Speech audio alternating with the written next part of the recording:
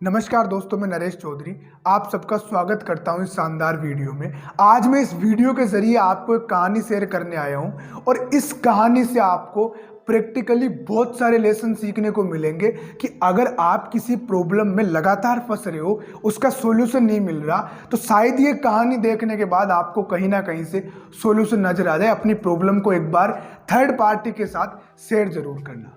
दोस्तों, एक गांव में एक बुजुर्ग रहते थे जो उनकी डेथ होने वाली थी। तो उन्होंने सोचा कि मेरी जितनी भी संपत्ति है, क्यों ना मैं उसको अपने बच्चों में जिंदा रहते ही बांट दूं, कहीं मरने के बाद में लड़ लड़ा के ये लोग ना मर जाए। तो उन्होंने क्या किया कि जो अपनी संपत्ति थी उसका आधा हिस्सा अपने लड़के को दे दिया, उसका 1/4 हिस्सा अपनी लड़की को दे दिया और उसका जो 5वां हिस्सा था वो अपने नौकरों में दान कर दिया और उनकी डेथ हो गई। अब यहाँ पे सबसे बड़ी दिक्कत क्या है कि उनकी जो टोटल संपत्ति थी उसमें टोटल 19 ऊँट थे। टोटल ऊँट तो बराबर आ गए, लेकिन एक ऊँट बच गया। अगर उनके लड़के को कहो कि भाई आप एक ऊँट कम ले लो, तो लड़का बोल रहा है कि ज़्यादा आएगा तो चलेगा, लेकिन कम तो मैं बिल्कुल नहीं लूँगा। अगर लड़की को कहो तो वो भी सेम रिप्लाई करे कि ज़्यादा आएगा तो चलेगा, लेकिन कम तो मैं भी नहीं लूँगी।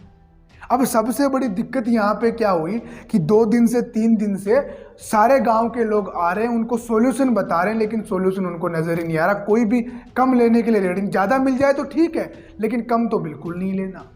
अब 3 दिन से उन ऊँटों को ना तो पानी दिया और ना उनको खाने के लिए कुछ दिया, और लोग सोचने लग गए कि ऐसा ही अगर चलता रहा तो आने वाले 10-15 दिन 20 दिनों में ये सारे ऊँट निपट जाने हैं। तो गांव में कुछ लोगों ने सॉल्यूशन दिया कि जो एक ऊँट बच रहा है उसको तुम ना काट लो बीच से, आधा इसको दे दो आधा इसको दे दो। मरने के बाद जिंदा तो कुछ नहीं मिल रहा, लेकिन मरने के बाद कुछ तो मिल ही जाएगा। तो कई लोगों ने यह भी बताया कि भाई तुम्हारे पापा जी ने इस ऊँट को कितने शिद्दत के साथ पाला होगा और तुम लोग काटोगे तो कैसा उनको फील होगा। तो फिर उन्होंने कहा यह भी बात सही है। ऐसे करते करते 6 दिन बीत गए, लेकिन कोई कॉम्प्रोमाइज करने के लिए रेडी नहीं है। ना तो लड़की तैयार, ना लड़का तैयार, यहाँ तक जो नौकर था वो भी तैयार नहीं। वो भी कह रहा ज़्यादा आएगा तो चलेगा, लेकिन कम तो मैं भी नहीं लूँगा। अब इस चीज़ को लेके गांव में कुछ लोग थे, उन्होंने बोला कि एक काम करो, गांव में एक बुद्धिमान व्यक्ति है, आप लोग उसके पास जाओ, शायद वो आपको आपकी प्रॉब्लम का सॉल्यूशन दे दे। वो लोग तीनों के तीनों अगले दिन उनके पास में गए। उन्होंने बताया कि हमारे पास 19 ऊँट है, हमारा ऐसे ऐसे बंटवारा हुआ है, अब इसका हम कैसे सॉल्यूशन कर सकते हैं वो आप बताओ।